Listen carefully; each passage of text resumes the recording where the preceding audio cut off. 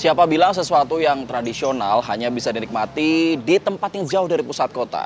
Nih, di pusat kota ada satu tempat di mana kamu bisa menikmati semua hal tentang tradisional yang ada di daerah istimewa Yogyakarta.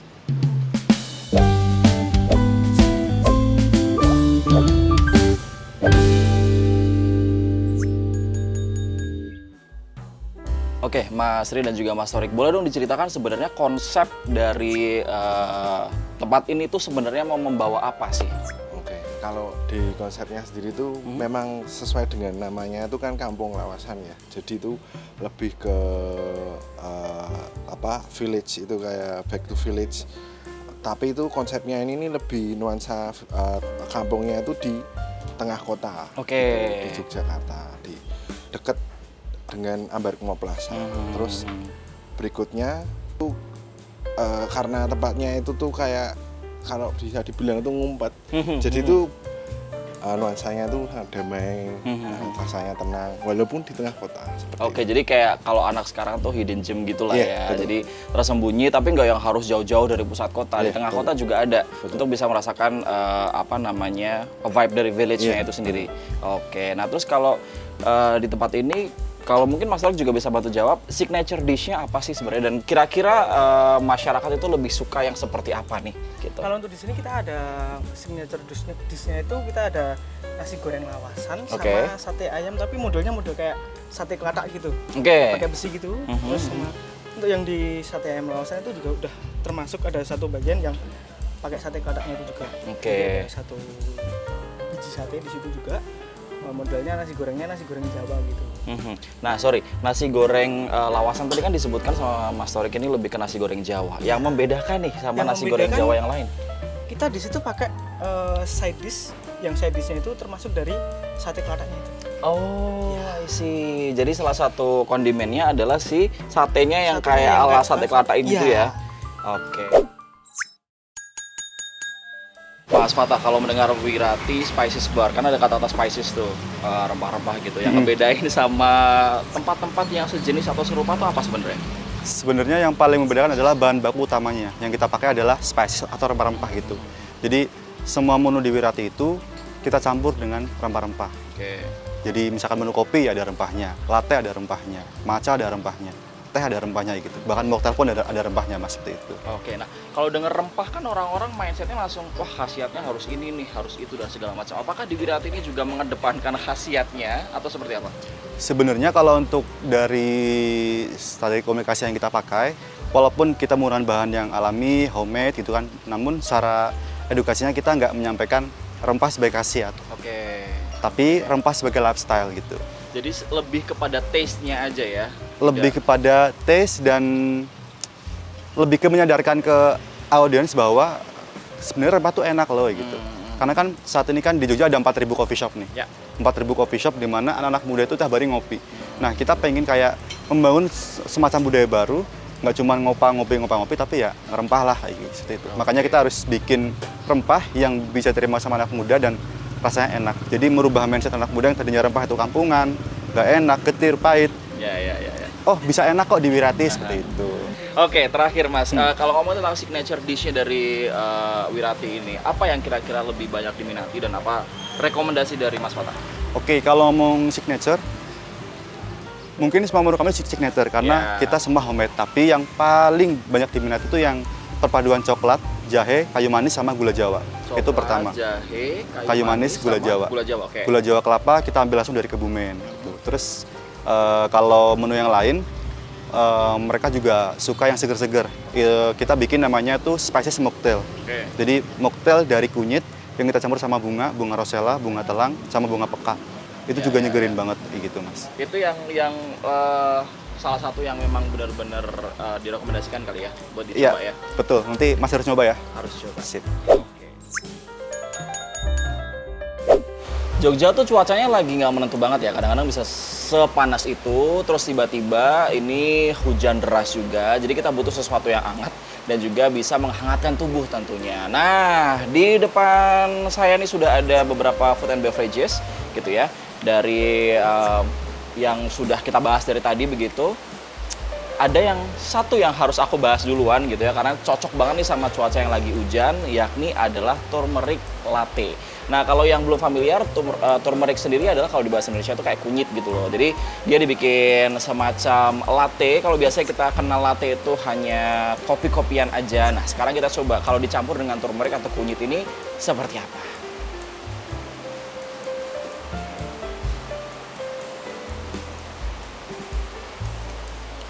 Rasanya unik banget sih. Jadi kalau biasanya kita kenal latte ya hanya esin latte saja, tapi karena ini dicampur sama turmeric, ya ada hint turmericnya, tapi tidak mengganggu satu sama lain dan bisa balance gitu.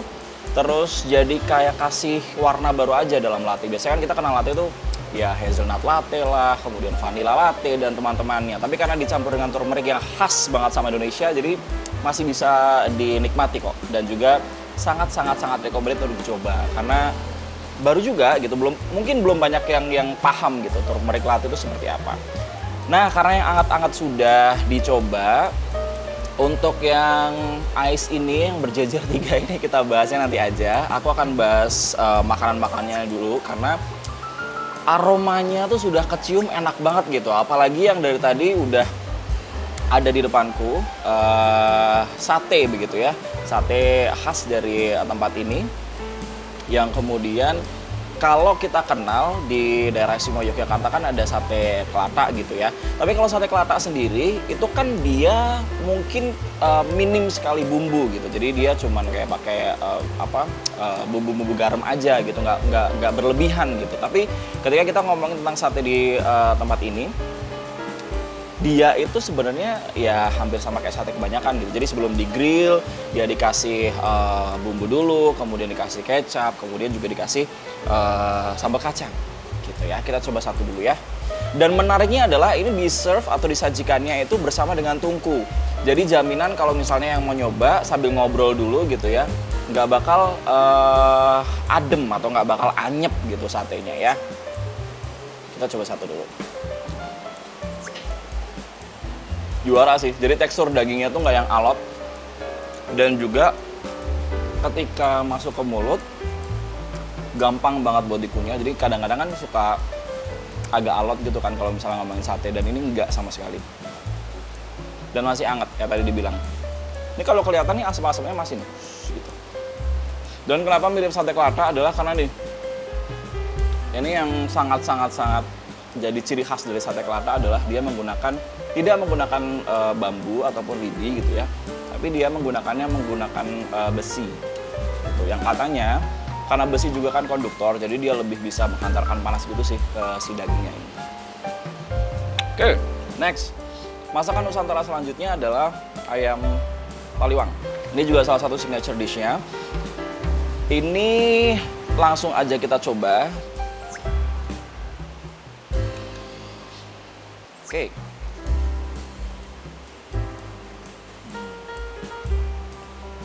Lagi-lagi tekstur dari ayamnya sendiri tuh juara banget.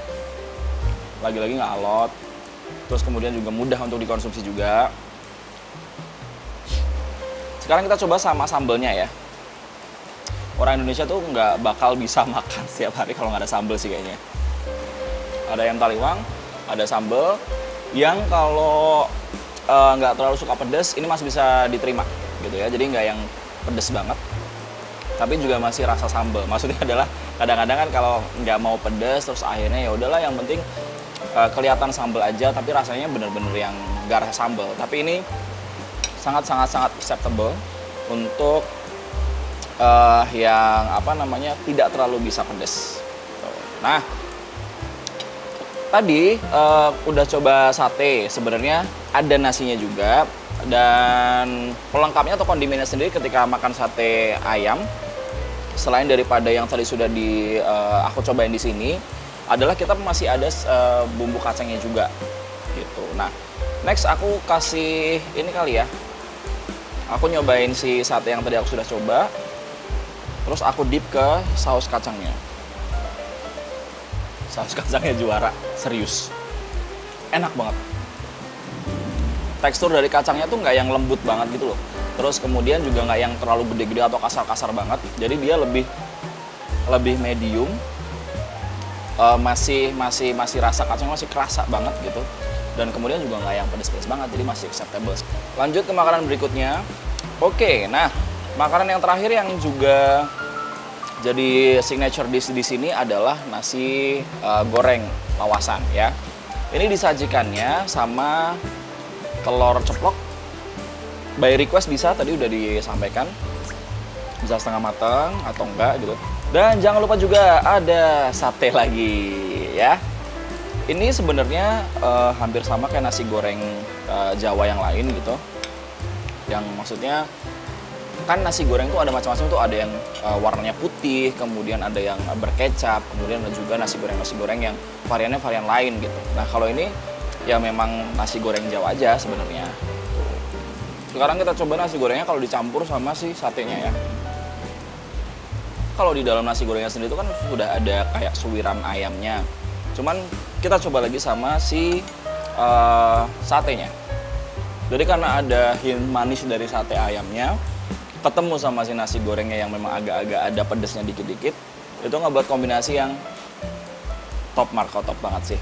Oke, enough for the food atau mealsnya. Kita sudah coba yang tadi ada sate ayam, terus kemudian ada ayam taliwang dan juga ada nasi goreng lawasan. Terus aku akan move ke menu berikutnya. Tara. Tadi kan ada turmeric latte tuh yang udah dicoba, yang pas banget kalau emang cuaca lagi nggak menentu dan juga lagi hujan kayak gini. Nah, kita lanjut ke salah satu signature dish-nya. Ada namanya itu mocktail turmeric. Ya. Dan tadi tuh yang menyita perhatian adalah di sini sedotan ramah lingkungan tuh. Sedotan ramah lingkungan, Oxo biodegradable.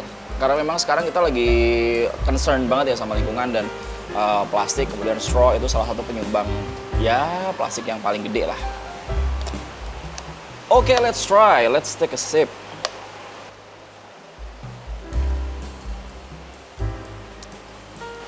Nah, unlike kayak tadi si turmeric latte-nya yang memang turmericnya itu balance gitu ya sama si latte dan juga coffee dan segala macamnya. Kalau yang ini mocktail turmeric ini udah mulai lebih kerasa nih turmericnya.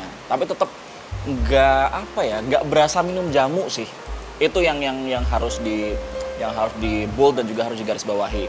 Karena kadang-kadang kalau udah dengar kunyit, kemudian spices, itu kan kadang-kadang kayak apaan sih jamu banget. Ini enggak sih. Bonusnya segar juga, alias enak. Oke. Nah, ini yang dari tadi sudah memanggil diriku adalah ada cinnamon, choco, ginger. Jadi ada paduan dari cinnamon, kemudian paduan dengan coklat, dan juga dari ginger atau dari jahe. Oke, ini sebelum kita aduk, kita coba nggak aduk dulu ya. Wah, begitu aku masuk ke mulut gitu ya, itu rasa si cinnamonnya tuh langsung nonjok gitu di tenggorokan, tapi nggak nonjok beneran sih, yang kalah ya. Terus semakin disedot, semakin diminum, jahenya langsung rasanya muncul.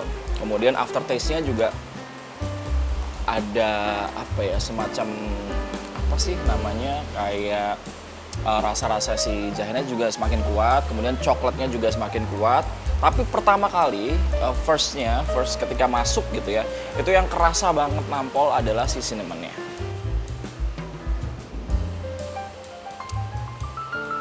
Approve. Jadi paduan dari cinnamon, and then chocolate, and also ginger, ternyata enak.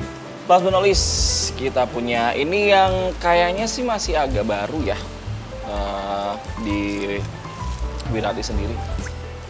Nah, kalau biasanya I'm not a big fan of matcha sejujurnya, tapi ini kita coba nih kalau matcha dicampur sama turmeric bakal seperti apa. Not a big fan bukan berarti ya nggak bisa minum sama sekali, nggak juga, masih bisa minum kok, tenang aja. Jadi reviewnya masih objektif gitu. Rasanya lucu sih. Jadi tadi aku bilang kalau I'm not a big fan of matcha at all, tapi setelah ketemu sama si turmericnya tuh jadi rasanya tuh kayak ngeredam si matchanya sih. Jadi nggak yang terlalu rasa matcha gitu loh. Enak sejujurnya. Jadi ini dari keempat minuman ini yang memang beda-beda. Yang paling aku underestimate pada awalnya sebenarnya ini. Karena ya lagi-lagi aku bukan penggemar matcha, tapi ternyata paduan dari matcha dan juga si turmericnya itu bisa menghasilkan cita rasa yang jadi beda gitu. Si kunyitnya sendiri tuh nggak mendominasi si matchanya, tapi lebih balance aja sih. Oke. So ya, itu semua yang sudah aku coba.